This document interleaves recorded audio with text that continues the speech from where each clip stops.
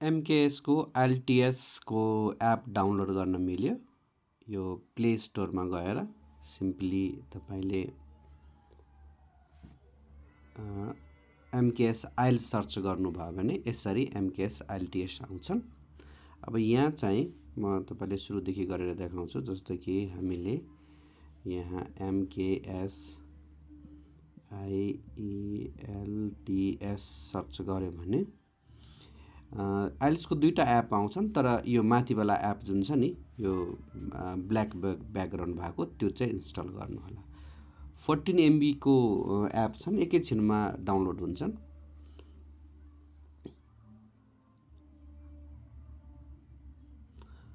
Download गरिसकेपछि यसलाई open गर्नु होला र यसमा चाहिँ हामीले विभिन्न फिचर्सहरू ल्याउने प्रयासमा छौं। यो डे बाई डे यो इम्प्रुभ हुँदै जान्छन्। अहिले तपाईले दुईटा मध्येमा एउटा काम गर्न सक्यो। डाइरेक्ट लिसनिङ रिडिङ यो बटममा देखिराख्नु भएको छ। लिसनिङ रिडिङ स्पिकिङ राइटिङमा छिर्न मिल्यो र टेस्टमा पनि छिर्न मिल्यो। और you can click the get start button and you can see the different type of IELTS test. तपाई स्टुडेन्ट हुनुहुन्छ भने पक्कै पनि IELTS 80 होला र वर्किङको लागि पढिराख्नु भएको छ भने GT, त्यो बाहेकको अरु टेस्टहरू पनि हुन्छन्। तर हामी अहिले तत्काल IELTS टेस्टको बारेमा कुरा गर्दै छौं। यहाँ गइसकेपछि डिफरेन्ट सेक्सन्सहरुको टेस्ट यहाँबाट एक्सेस गर्न मिल्यो। त्यो भन्दा पनि म आज फुल लेन्थ टेस्टको कुरा गर्दै छौं।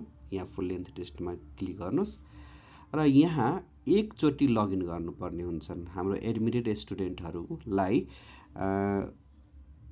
हामी लगइन यसको क्रेडेन्शियल प्रोभाइड गर्छौं र जोसँग छैन उहाँले चाहिँ भाइबरमा मेरो क्रेडेन्शियल दिनुस् भनेर एकचोटी मेसेज मलाई गर्नुस् अनि हामी त्यसको लगइन क्रेडेन्शियल पठाइदिन्छौं।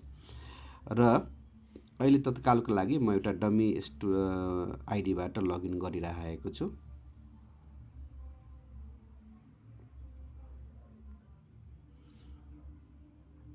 लगइन भइसकेपछि मात्रै कन्टेन्टहरू देखिन्छन्। कन्टेन्ट देखिसकेपछि यहाँ देख्न सक्नुहुन्छ जम्मा हामीसँग 80 वटा टेस्ट छन् र यो भनेको मोर देन सफिसिएन्ट छन् फर द IELTS। र यो टेस्ट भनेको सेल्फ स्कोरिङ टेस्ट होइन, यसमा चाहिँ तपाई आफै चेक गर्नुपर्ने हुन्छन्। हुन त हामीसँग सेल्फ स्कोरिङ टेस्ट पनि छन्, त्यो हामी अर्को भिडियोमा कसरी त्यहाँसम्म पुग्ने त्यो कुरा देखाउँला। अहिले चाहिँ FLT टेस्ट 3 यसरी जुन टेस्ट तपाईले गर्न चाहनुहुन्छ त्यो क्लिक गर्ने अनि तपाई देख्न सक्नुहुन्छ माथि फर्स्टमा चाहिँ यो अडियो हो, लोड भइरहेको थियो, लोड भयो। अब यसलाई क्लिक गरेर अडियो बजाउनुस्। त्यसपछि यहाँ लिसनिङको क्वेशन्सहरु छन्, यसलाई चाहिँ पढेर तपाईले क्वेशन्सहरु, यसको क्वेशन्स र यसको इन्फर्मेसन सबै दिएको छन्। यो कुनै एउटा पेपरमा यसको क्वेशन्सहरुको एन्सरहरु लेख्नुस् लिसनिङको।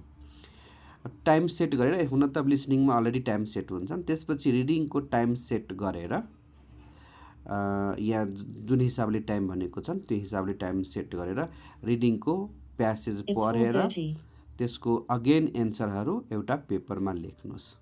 बुझ्नुभयो? अनि त्यसपछि चाहिँ तल आउनुस् रिडिङ राइटिङ।